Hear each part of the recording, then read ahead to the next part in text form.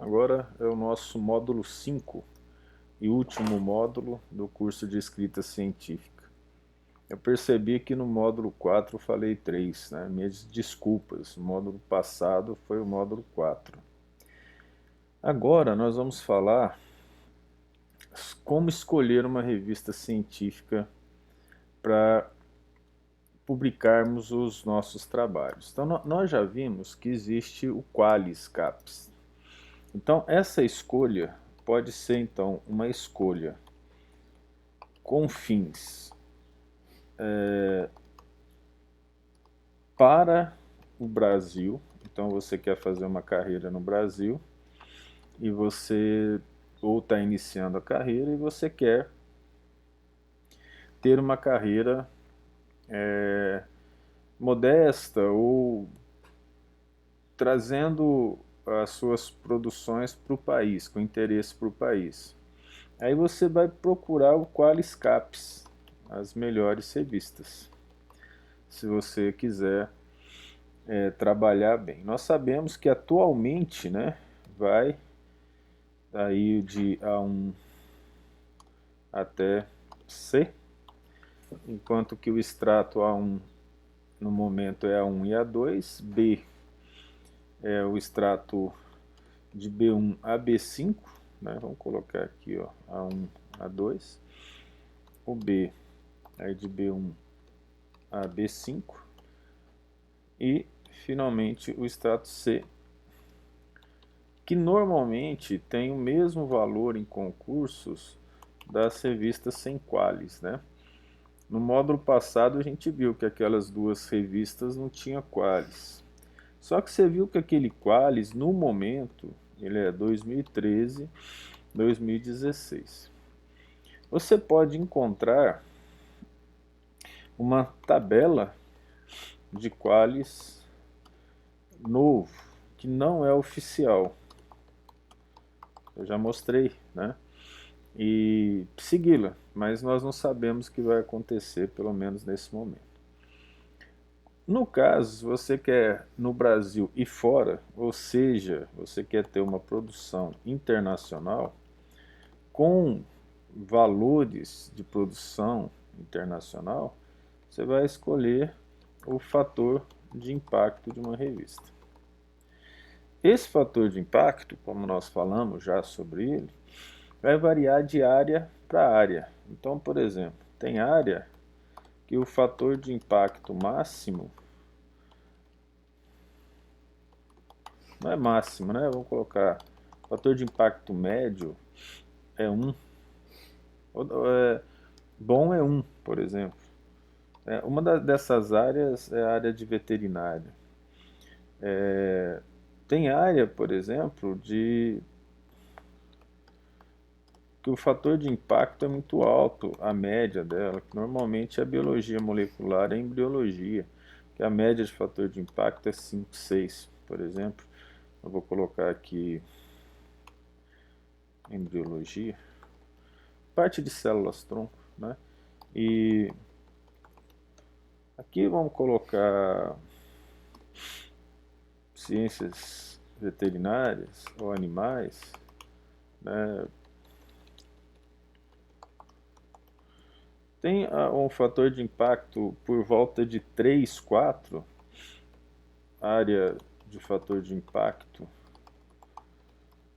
Vamos colocar boa, né? A média de 3, por exemplo, na física teórica, por exemplo. Então, isso aqui vai depender de quem que você está trabalhando.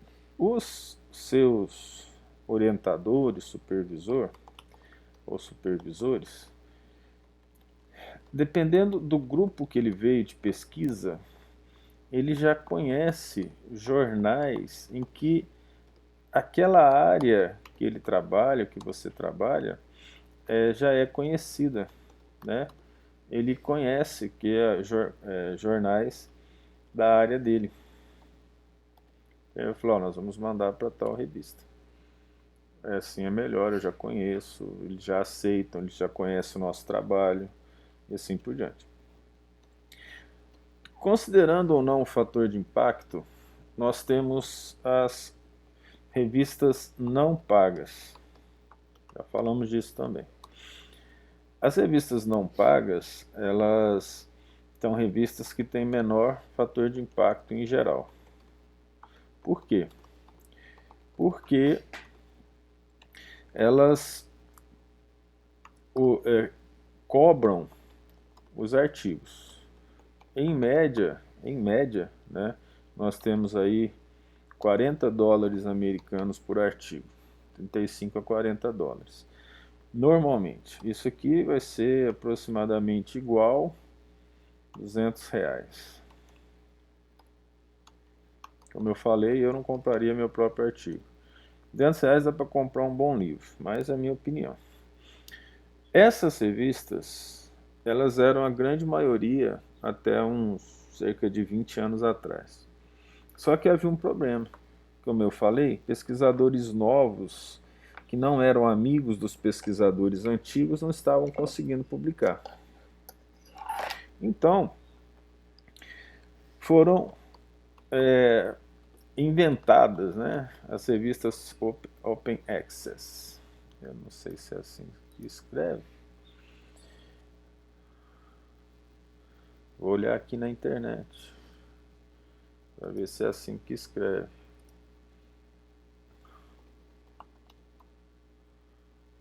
Dois C e 2 S. De vez em quando o inglês falha. Access. Essas revistas, elas são pagas, muitos valores, eles são cobrados em dólar, em franco suíço ou em euros. Então você tem revista nacional, por exemplo, as nacionais, como eu falei, que variam aí de 100 a R$1.000, mais ou menos, porque tem revista que é por página, né? Então a gente não sabe. As revistas estrangeiras, internacional não é bem a palavra, mas estrangeiras de qualidade, elas vão cobrar de 500 a 4.000, 5.000 dólares. Vou colocar 5.000, que eu conheço uma de 5.000 dólares. Então, para nós, isso aqui é um absurdo, né? Isso aqui vai dar de R$2.500 a R$25.000, por exemplo. É uma coisa absurda. Difícil de pagar. Por mais que a gente tente. Mas por que nasceu a revista Open Access? Ou revistas abertas, vamos falar assim. Que você paga para publicar, mas os artigos eles aparecem para os outros, né? Para quem quiser baixar. Então, a média de revistas boas, por exemplo, eu conheço 2 revistas que eu publico, fator de impacto 3, tá? 3, média 3, 3,4, 3 a 3,5. Eu estou pagando de 1.900 a 2.000 dólares. Quando eu falo estou pagando, não sou eu não. Minhas pesquisas eram, até o ano passado, financiadas pelo Japão. E eles pagavam para publicar. Eu não sei se vai pagar esse ano, é difícil porque o professor com quem eu trabalhava aposentou. E aí precisa ver se a gente vai manter a colaboração. Então, isso aqui, ó, como é que tem feito no Brasil hoje em dia? Tem feito assim, ó, os pesquisadores dividem o valor. A universidade pode ser que pague uma parte, assim por diante. Mas eu estava falando da história do Open Access. Como os pesquisadores novos não estavam tendo lugar para publicar, algumas revistas Open Access sérias, elas somente aceitam artigo de qualidade. Você vai ouvir gente falar assim, a revista paga, aceita qualquer coisa. Não. Entre essas, nós temos a PROS, o grupo PROS, que é PROS One, PROS Medicine, PROS Biology, PROS... tem uma outra pós, que eu acho que é Computation. São revistas muito sérias, elas não aceitam qualquer trabalho. O grupo Biomed Research também não aceita qualquer trabalho, nessa revista especialmente. E tem o grupo da Scientific Records, eu acho que é isso. Ela também é muito séria, e aí você tem que pesquisar, tá cheio de revistas sérias na área. Essas daqui são multidisciplinares, e elas estão entre as melhores, né? A Scientific Records e a PROS One estão entre as 10 melhores revistas multidisciplinares do mundo. Mas você tem revistas específicas, né, que você paga $2.000, $3.000, mas são revistas até de impacto mais alto, mas elas são específicas. Então essas revistas aceitam artigo de qualidade, ou artigos de qualidade. Aí alguém fala assim, não, toda revista paga é ruim. Não é bem assim. Por quê? Existem as revistas predatórias. Então de vez em quando um aluno meu recebe um e-mail de uma revista convida um aluno para publicar. Ele não está preocupado com o critério da revista, eles querem receber. Por exemplo, e cobra cerca de, vamos colocar aqui, de 100 a 500 reais, mais ou menos, porque eles querem dinheiro. Essas revistas são chamadas predatórias. Essas revistas predatórias, você vai encontrar uma lista na CAPES de revistas ditas predatórias. Não são só nacionais, são revistas chinesas, indianas, brasileiras, várias revistas, americanas inclusive, que apresentam isso. Então esse aluno, né, recebe um e-mail, e aí eles entram em contato com a gente e falam, olha professor, a revista me convidou para publicar. Não é bom que isso aconteça. Eu publiquei com 2 alunas uma revista indiana, e eu não tinha ideia que ela era predatória. Fui descobrir depois de 5 anos. Muitas vezes você deixa, né, a pessoa fazer, trabalhar, para uma revista indiana, um trabalho simples, é melhor ser internacional. Aí quando a CAPES lançou o ano retrasado uma lista de revistas predatórias, essa revista estava entre elas. E nós publicamos um trabalho lá. Mas isso é difícil de justificar, porque parece ter revistas predatórias com fator de impacto alto. Porque o fator de impacto, como nós falamos, é a quantidade de artigos que são citados da revista pela quantidade publicada vezes fatores de correção, né? Então, quanto mais lida a revista, maior o fator de impacto. Nem sempre o fator de impacto ele representa alta qualidade. Ou melhor, um alto fator de impacto não necessariamente representa alta qualidade. Isso varia, tá? Essa alta qualidade, antigamente, ela dependia da qualidade dos revisores da revista, do número de rejeição de artigos na revista em porcentagem. Tem uma revista que a gente publicou, ela tinha 98% de rejeição dos artigos.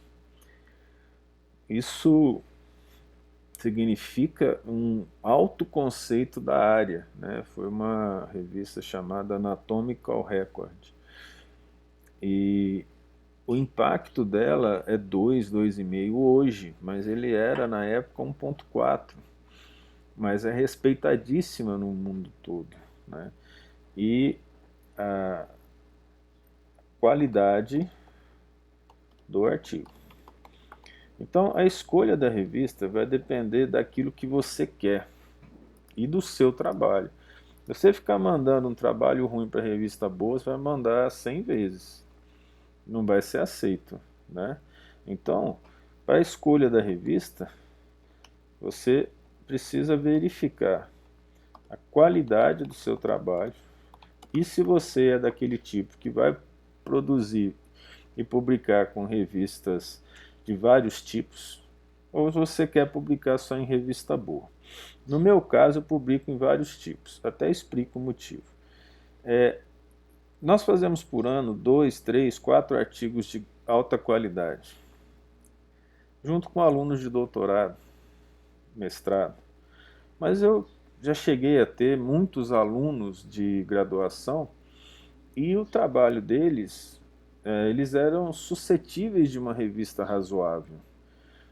E isso ajuda esse aluno a concorrer bem numa seleção de mestrado, de doutorado, numa seleção para professor em escolas públicas, por exemplo. Ajuda, no caso do pessoal da medicina e de outros cursos que têm residência. Eu tive alunos da enfermagem que passaram em primeiro lugar nas residências porque na avaliação do currículo ficaram na frente. Alunos de nutrição, né, nessas residências multidisciplinares. Aluno de medicina ainda não recebi notícia se ajudou. Mas a alegria desses alunos, a felicidade de ter um trabalho, e a gente deixa claro que o trabalho não é um trabalho de artigo original, não é um trabalho que vai mudar a ciência, é um trabalho informativo, normalmente é revisão, interessante para a área, que eu já mostrei para vocês vários desses trabalhos, da psilocibina, da síndrome de Wolfgang, e aí vários outros, né? Na área de engenharia, a maneira de dispensar os resíduos sólidos e o perigo que traz para a sociedade. Então, esse tipo de situação, de escolha, varia do seu orientador e do que você quer fazer. Você já viu aí basicamente os tipos de revista. Então, você tem que ver a qualidade do trabalho vezes a qualidade da revista. Isso é muito importante, né? Ah, mas tem revista ruim? Tem revista péssima, que aceita qualquer coisa, né? Que são as predatórias. E como é que eu vou saber disso? Qualis, fator de impacto, né?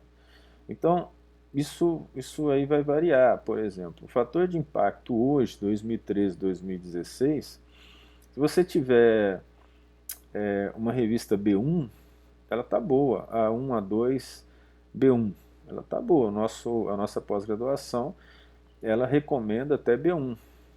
E aí a gente tem publicado, né, tentando publicar tudo nessa área. Eu resolvi investir numa revista que será A3, de acordo com a nova tabela.